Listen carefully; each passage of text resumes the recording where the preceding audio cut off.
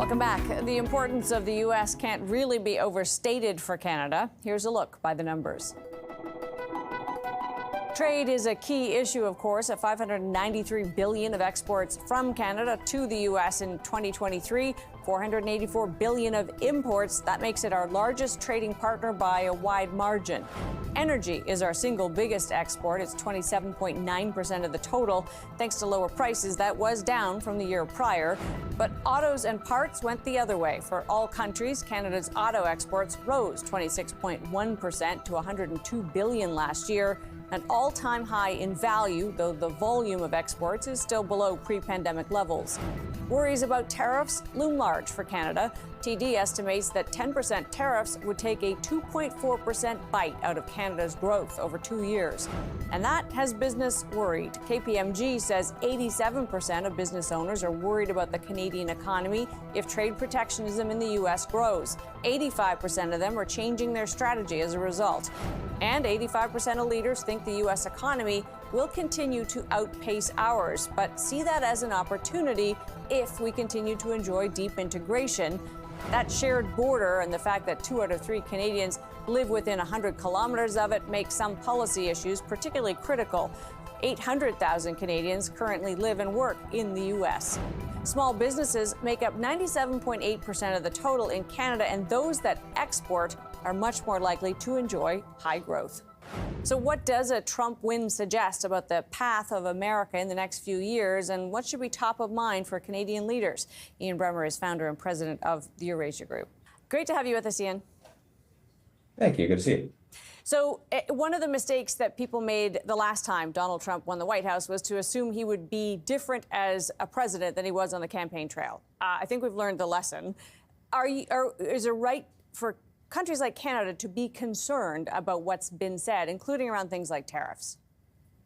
Oh, no, of course. The Trump administration, now president-elect, sees foreign policy through a tariff lens. This isn't just this president. This is the way he's felt about policy, economic policy, for decades now. Robert Lighthizer, who was a principal interlocutor between Trump and Trudeau, last time around, is fully intended to be running trade policy. Once Trump comes in, he might not be Treasury Secretary. I think on that front, they're looking at someone with more direct Wall Street background, but he'll be there. And that means that this is going to be a major conversation in the run-up to the review of USMCA and generally informing U.S. foreign policy.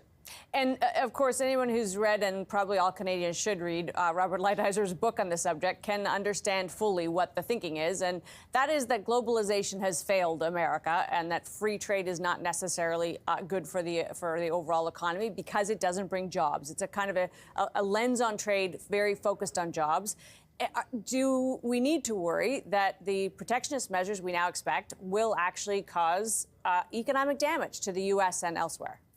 Yes, it will. It will cause economic damage. It'll certainly be inflationary, and so will Trump's intended policies on illegal migrants in the United States. But these are all top-line numbers, and the reality is more bark than bite. So if you ask me, can a negotiation be had that ends up being more constructive with a country like Canada or with the Europeans? The answer is yes. If you ask me, are you really going to see 12 million illegal immigrants removed from the United States? No, there's not remotely the infrastructure for that. But would you see 1 or 2 million or more? The answer is yes. So, I mean, this is going to be a very, very different environment. And of course, the geopolitical backdrop is also much more unstable, much more volatile than it was last time around. What's your advice? And I know you're actually being asked for this advice from leaders who now have to deal with President-elect Trump about how to respond to some of these issues. Privately, immediately, broadly as the team comes together. In other words, in one-on-one meetings, it's so incredibly important not to try to score points. You don't know what Trump is going to say in the meeting. You don't know what's exercising him. You've got to listen. You have to be flexible. And then you have to be ready maybe to make 1 point in that bilateral meeting with Trump. that can land, like at the end when he's receptive to it. And you have to be willing to let it go if it's not going to work. That's very different than how you engage with a Lighthizer, with a Mnuchin, or whoever ends up being Treasury Secretary this time around. It is hard to manage this guy.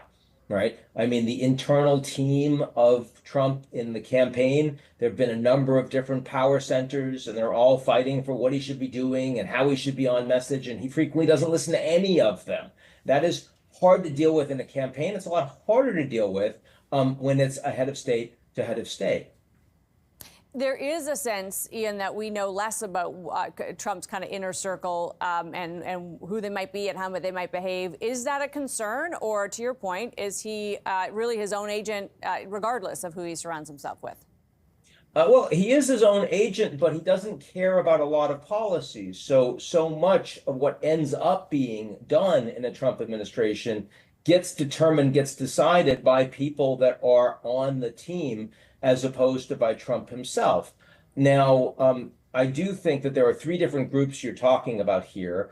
There's an economic team that I think he is spending a fair amount of time thinking about, he cares about, and there are a lot of people that are aligning around him that are arguing for those positions. He wants a Wall Street person in Treasury. Howard Lutnick, who initially was just like, I want to help you win, I don't want a position, but now that he spent some time close to the sun, is thinking maybe I want to be Secretary of Treasury. Ditto with Linda McMahon, thinking maybe she wants to be Secretary of Commerce. So that's interesting. That'll play out.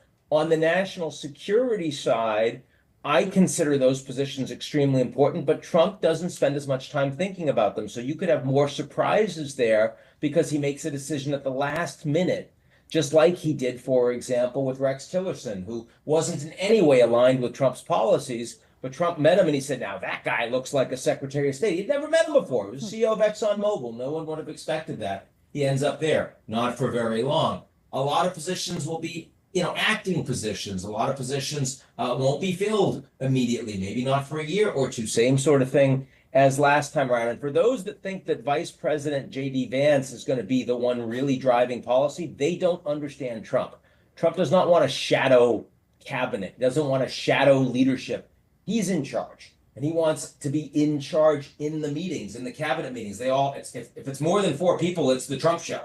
And if J.D. were to start getting too big, then Trump would knock him down. And I think that Vance absolutely understands that. So and then finally, of course, we have what you'd call the power ministries in other countries, the FBI, the Department of Justice, the IRS. And this is where there's the greatest internal concern in the US, because Trump didn't pay much attention to them last time around, but he wasn't facing jail last time around. Now he's going to have to, end all of these investigations against him and make it certain that no one else can launch one going forward. And that means politicizing, perhaps weaponizing those institutions with loyalists that are ideologically aligned and will do exactly what he wants. So you're never going to see a Bill Barr again in the DOJ as the Attorney General. Who might you see? Well, that's where you could see some problems in terms of rule of law in the United States.